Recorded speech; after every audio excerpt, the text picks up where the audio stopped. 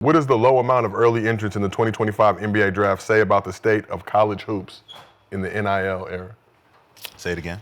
So what does the low amount of early entrants in the 2025 NBA draft say about the state of college hoops in the NIL era? Well, don't say nothing about the college hoops. It says everything about the young guys trying to come out early. Yeah. They're seeing a bunch of examples of things not panning out the way you think it's going to pan out. You're not going to come out, you're not going to play right away. You're going to have to go through the grind. You're going to have to prove yourself. And so the glitz and glamour of all the social media praise is handing you something right away. It's a longer road for that. Everybody's seeing that. So I think the guys are saying, I can go make money in college and stay longer and secure this bag more than I have to go and put up with not playing because I'm a project instead of an established product. So I think that's more important to these guys now. I think is establishing themselves as something more than just a project in the NBA that can be thrown away at any moment, have some type of security, Yep. and have some type of fallback. So that was what I fought for. I fought for guys to be able to have that decision, to be able to go to college to get paid, but have some type of security with it and education with it to go along with it. So I think it helps college hoops for sure. And just looking at it, is it concerning at all just to see that drop off? Like I said, over 300 players 2021 before NIL started. That number down to 106. But when you look at mock drafts, lottery full of obviously freshmen. You guys just ain't ready. Me neither. I mean, they are getting paid in college though. But when you look at even the first round slots, seems like a lot more Can you opportunity. read that again? You said it right there. You can read it one more time, please. What would you like me to read again? Start it off again, read it. The whole thing? Yes. So most loaded draft, 106 players were early entrants, 2025 NBA draft. Lowest number of early entrants since 2015.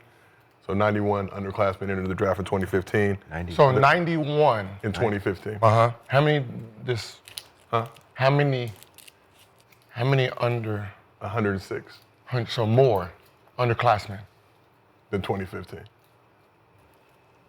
But down from 363 players in 2021. Okay, so more freshmen and sophomores jumped into the portal. So the NIL, well, it's not even NIL, it's the collective. The collective has nothing to do with you being a freshman or sophomore. Them niggas are still leaving. What has changed is seniors. 90% of the draft is usually seniors because they're forced to come out, right? So when you're forced to come out, the only thing you can do is put your name in the draft and try to make a living. So majority of an NBA draft is the senior class because that's the next road for them. So they're forced into it. The reason that the number is down now because those seniors get to go back one more year.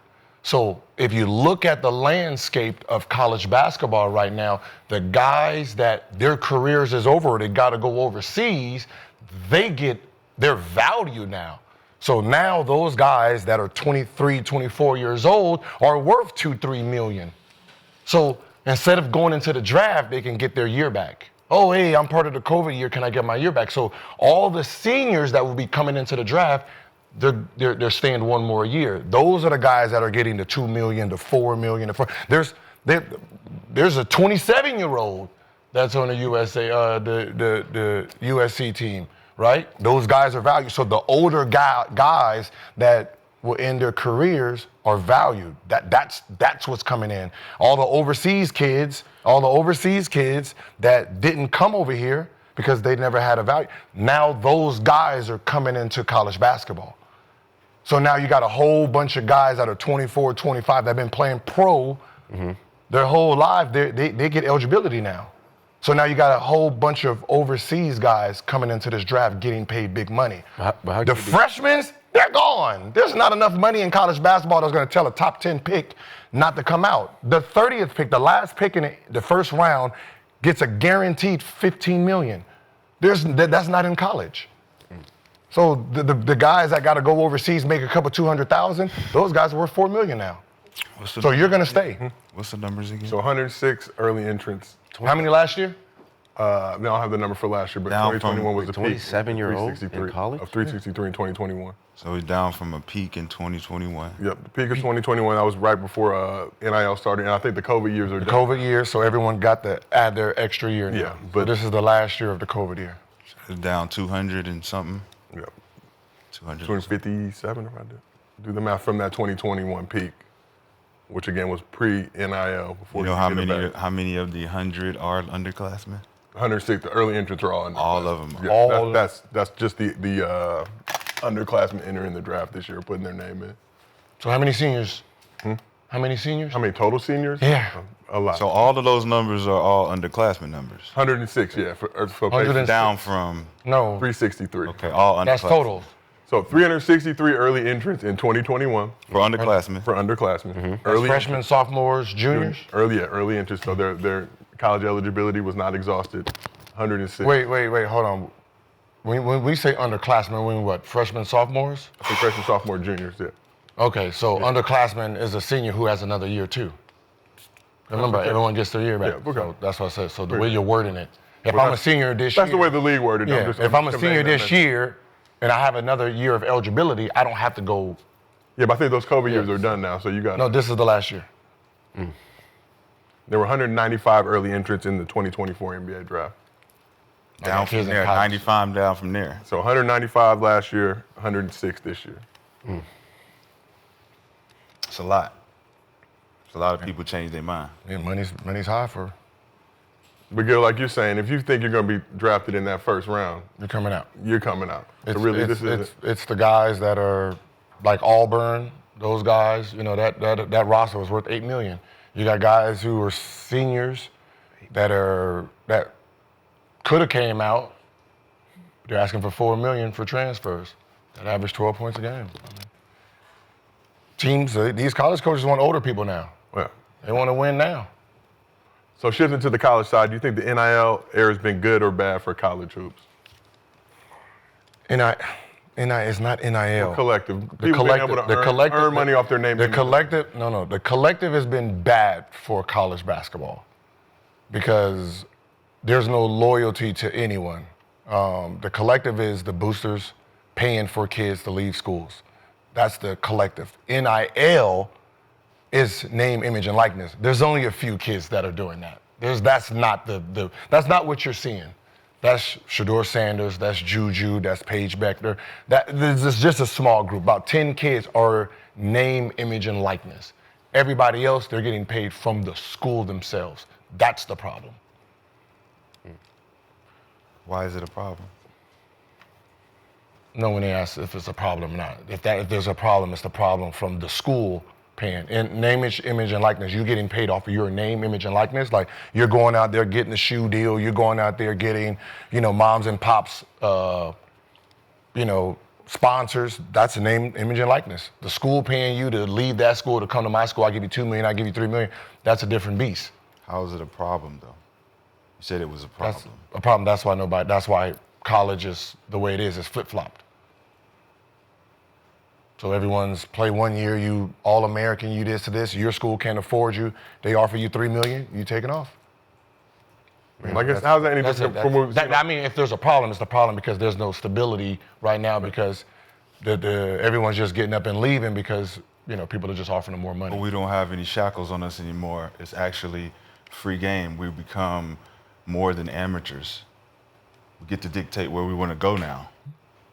So there's no stranglehold based on our allegiance to our plantation. We can go where we want. They want to give me more money. I'm going to go over there. Y'all going to raise the stakes? It's just like pro now. Why are we not practicing pro shit? I get it. I mean, because I fought for it, so I know what we're doing. And I know why they're doing it. And it's good, because everyone got to scramble now. The parents got to get smarter. You want to get leverage? Learn how to negotiate. What you going to do for me? I'll tell my son to do it for you. Yeah, I mean, I like it. I mean, Well, I mean, I'm rolling with everybody getting. I'm broke, baby. I'm broke, baby. I guess with the simple, we've seen coaches do this forever. Coach has a good run in the tournament. See y'all later. I'm going to a bigger school, get a bigger the bag. problem is there's more kids jumping into the portal than there are scholarships. Yeah. So if you don't get in the portal and get the fuck out of there, you stuck. You're done. Because you can't go back to the school that. So here's the real problem. If there's a problem, is these kids have agents. These agents are saying, all right, jump into the portal. Without no guarantee. Without no guarantees from anyone. Right? You thinking you're going to this school and you got this negotiation, somebody else jumped in the portal, took that money, now you're scrambling. So there's a bunch of kids that are in the portal still with nowhere to go. Can't go back to their school. No teams is looking for them. So they're just stuck because they jumped into the portal because it was a hot thing to do. June 8th, I think? I mean, that's the handicap is coming down. So basically everybody that's in the portal right now or who's about to get paid, they got to get all their money before June 8th or it kicks into whatever they're going to get paid next year. So it goes on their salary cap for next year, which everybody knows the salary cap is about $22 million, but it goes off the football deal.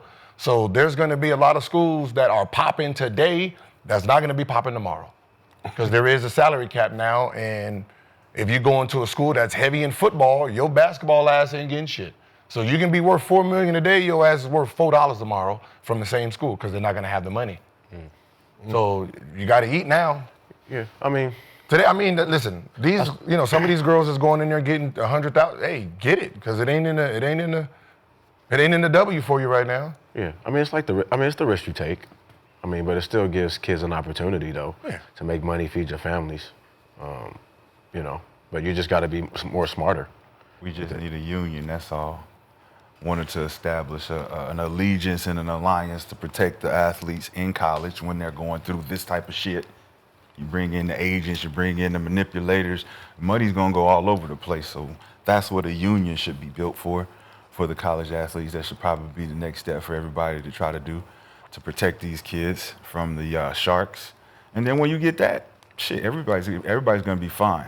You implement education behind it, teach them how to spend their money and invest. There'll be more smarter kids than there would be a bunch of dumb motherfuckers spending money and acting like they didn't know what they was doing. And that's what we've been breeding, so let's change it up.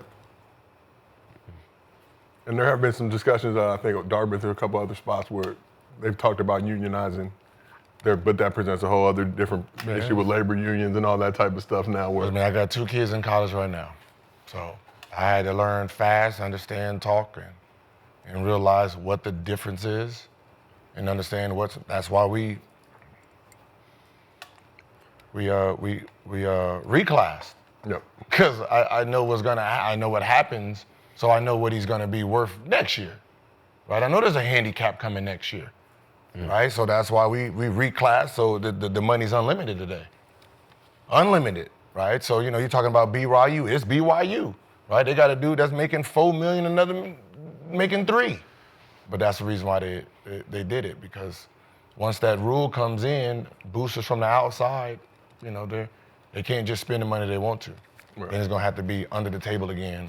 And we talk about now you're gonna be some of these schools. I'm gonna just be honest. Some of these schools are gonna go back to powerhouses. Like, so when you're talking about a Duke, a North Carolina, where the basketball team is bigger than the football team, that $22 million that everyone's getting, that school gets what?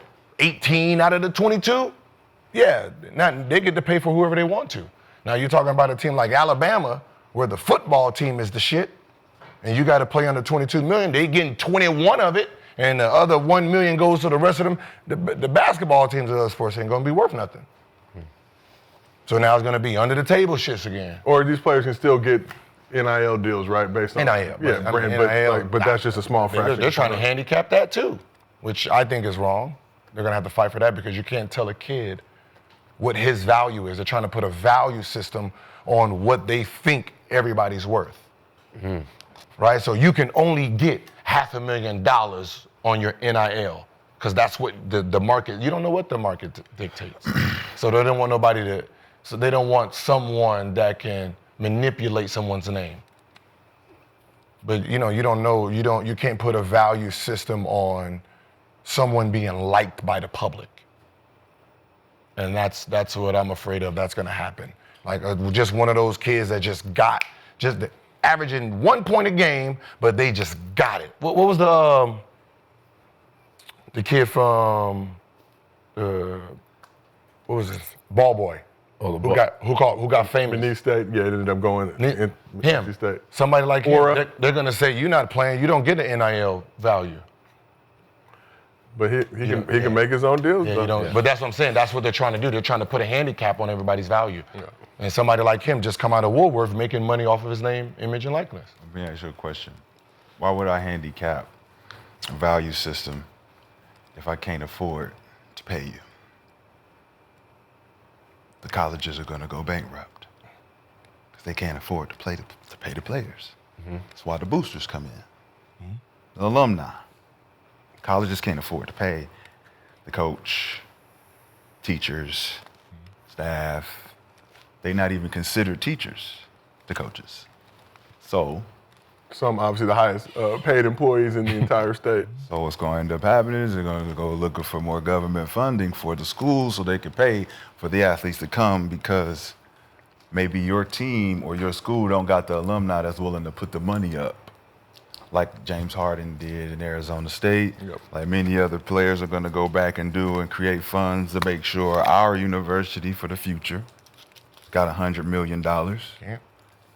And we are going to be able to do what we want to do. That's something that's capped.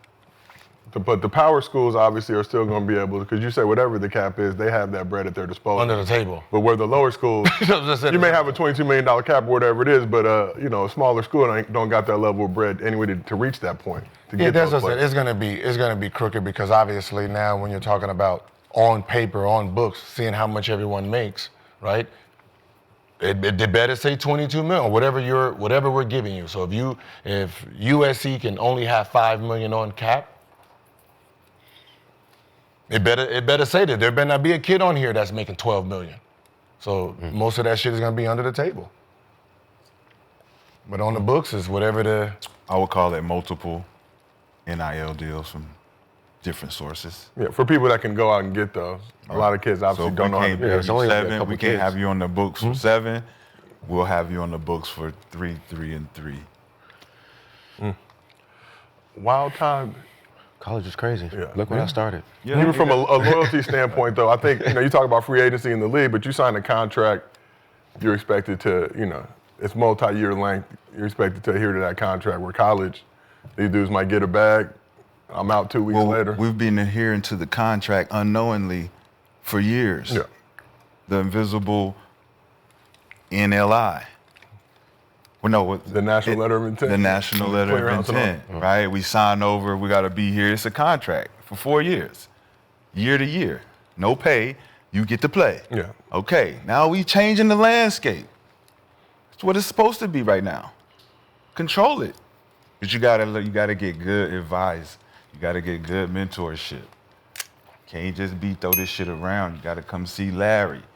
Oh no, never mind. Sonny. Money making Sonny. Cause we gonna make some money. Y'all come fuck with me. It ain't even funny. Well, speaking of making money, let's keep this thing moving. We'd like to give